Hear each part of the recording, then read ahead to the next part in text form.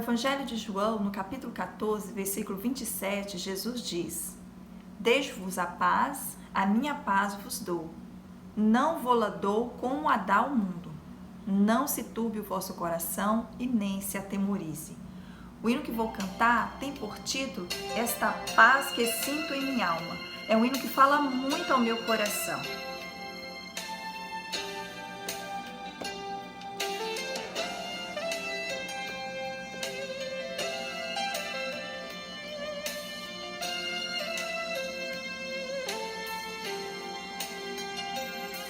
Esta paz que sinto em minha alma não é porque tudo me vai bem. Esta paz que sinto em minha alma é porque eu sirvo ao meu Senhor. Não olhe as circunstâncias, não. Olhe seu amor, seu imenso amor, não me guio por vistas. Alegre estou. Não olhe as circunstâncias, não. Olhe seu amor, seu imenso amor, não me guio por vistas. Alegre estou, se gozo que sinto em minha alma. Não é porque tudo me vai bem. Este gozo que sinto em minha alma é porque eu amo ao meu Senhor. Não olhe as circunstâncias, não.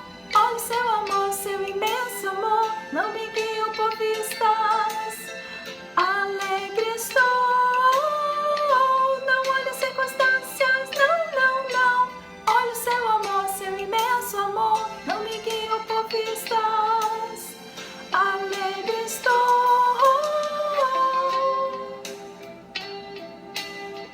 Amém, Jesus. Obrigada por essa paz. Muito obrigada por essa paz.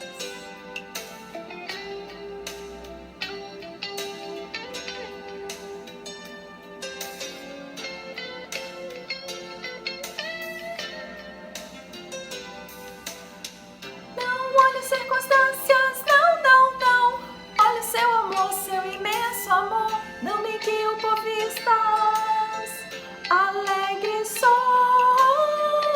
Não olhe circunstâncias, não. Olhe seu amor, seu imenso amor, não me guio por vistas. Alegre estou.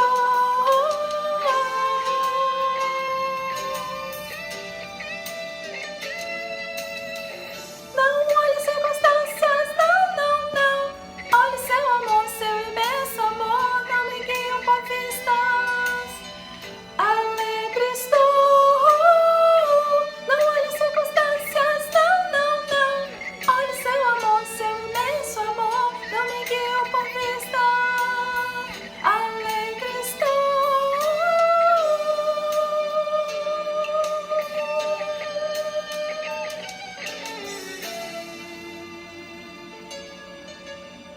Amém, Jesus. Graça e paz, meus amados irmãos. Queremos sempre louvar a Deus, termos a oportunidade de poder compartilhar com os irmãos a palavra de Deus. E nesta quarta, vamos continuar o estudo da carta do apóstolo Paulo aos irmãos da igreja de Filipos. Na semana passada nós iniciamos e, como tenho dito, a amada igreja, aos amados irmãos, é parte do nosso culto do lar. A igreja, ela vai permanecer e vai sair mais forte desse momento quando nós incorporamos em nossa vida diária, criamos em nossa vida diária o culto do lar. Espero em Deus que o seu lar, seja edificado através do culto doméstico e que depois desse momento, quando voltarmos a nos reunir aqui no templo, hoje está vazio, mas depois desse momento nós consigamos manter pelo menos 3 vezes o culto no lar, e assim nós saímos mais fortalecidos, uma igreja de uma família que ama você para a glória de Deus. Então queremos continuar aqui na carta de Paulo aos Filipenses. Na semana passada nós fizemos do primeiro versículo, do capítulo 1 até o versículo 11, e hoje vamos continuar do 12 até o 30.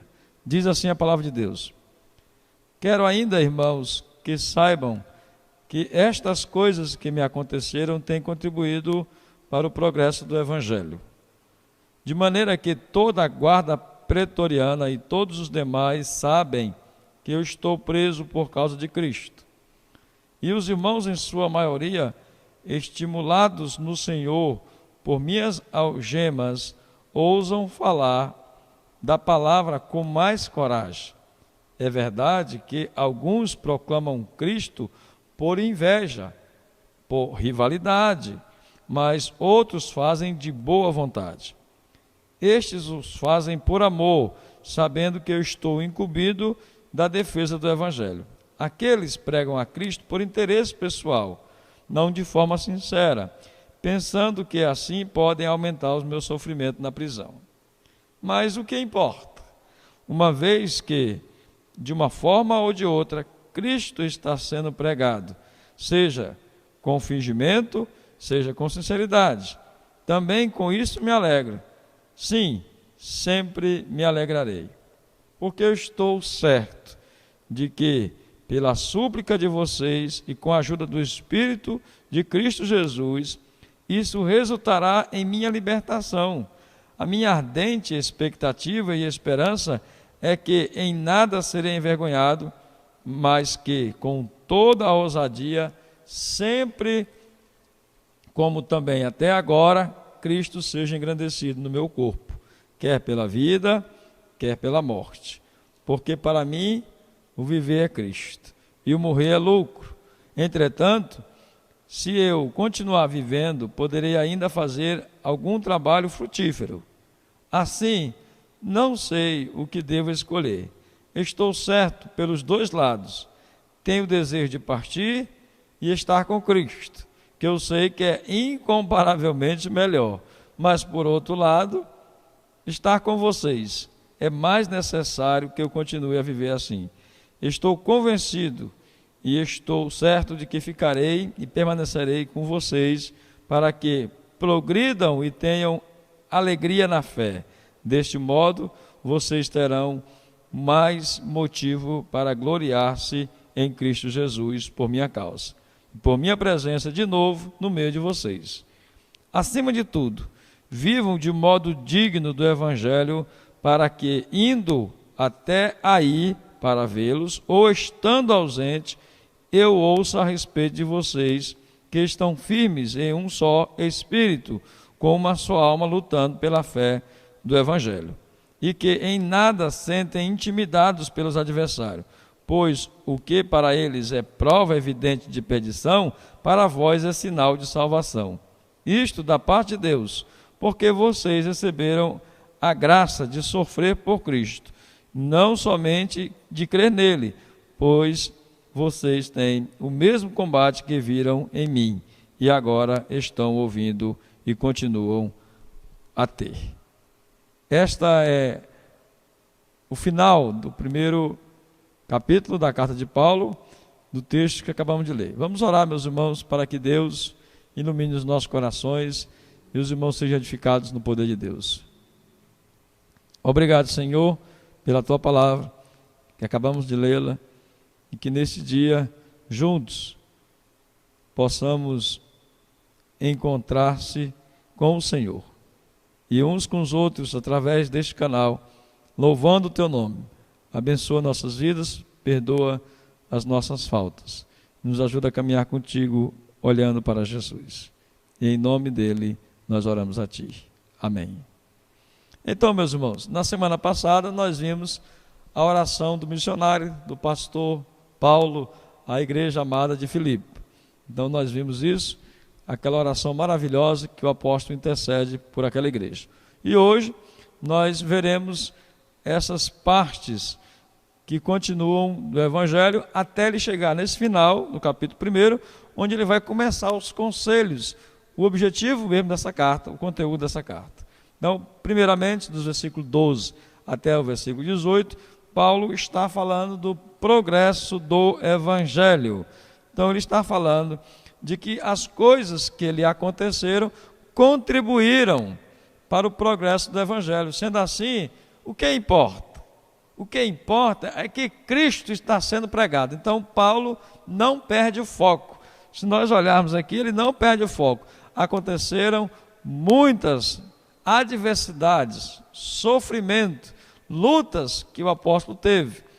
Mas ele diz assim: isso que me aconteceu tem contribuído para o progresso do Evangelho.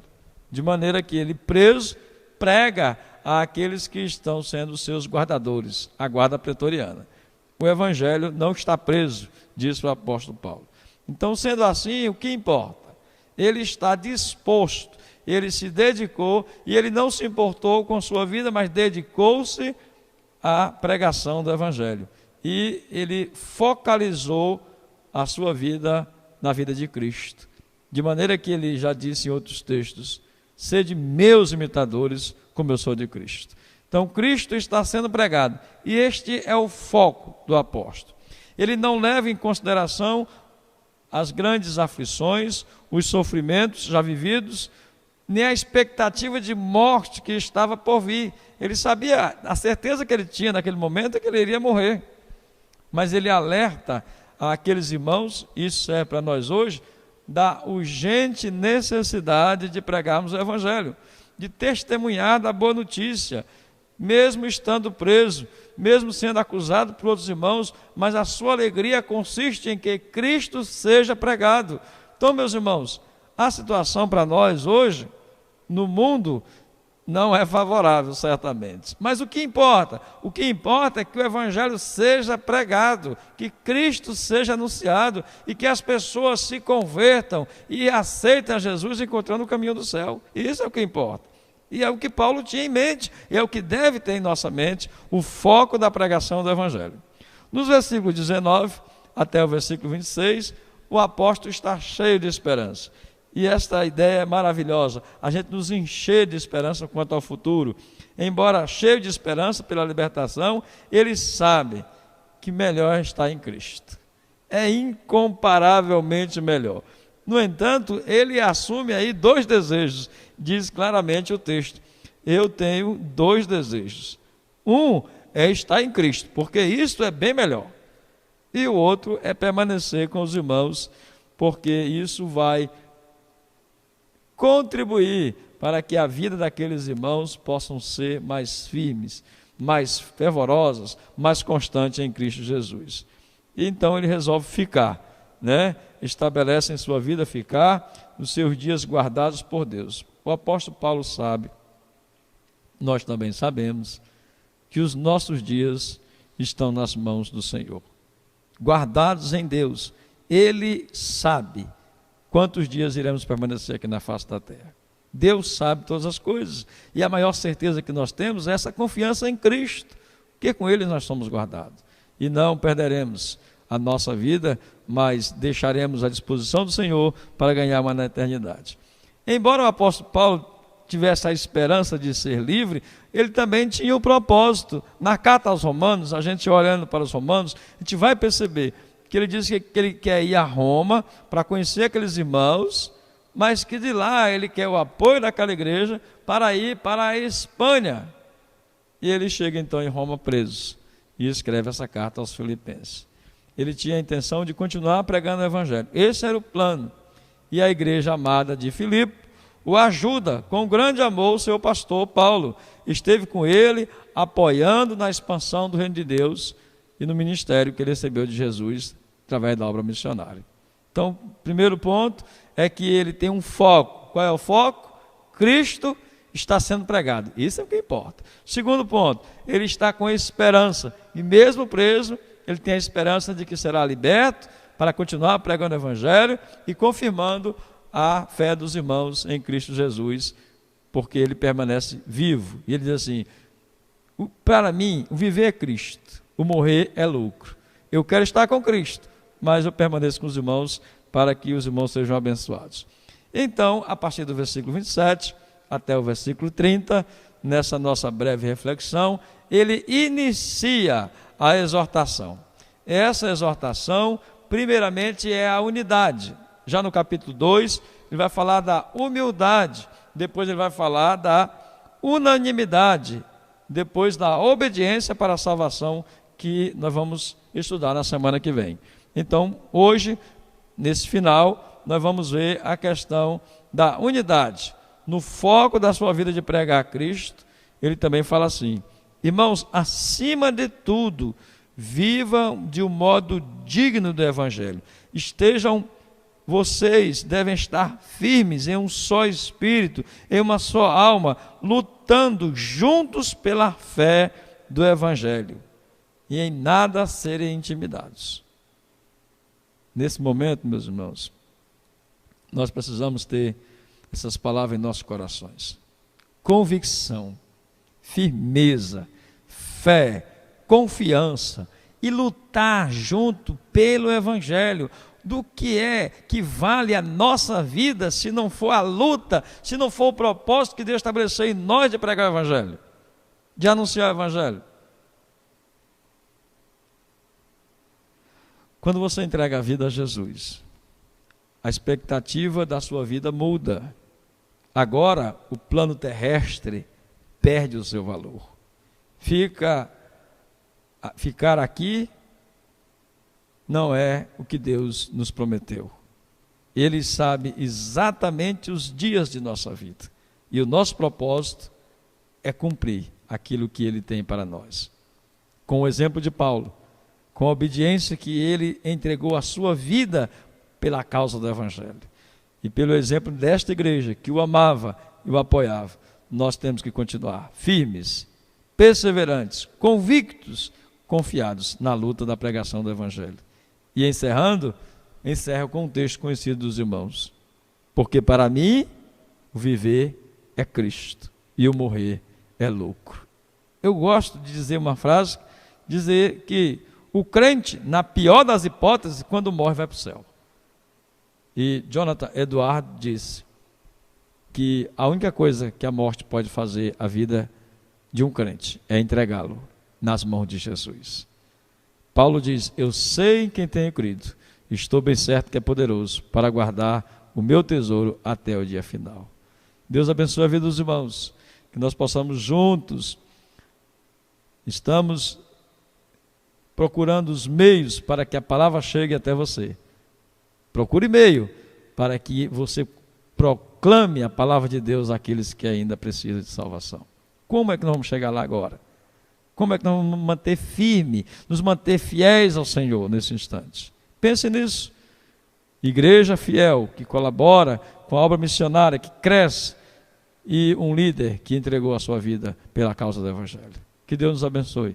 Possamos pensar nisso para a glória de Deus. Amém.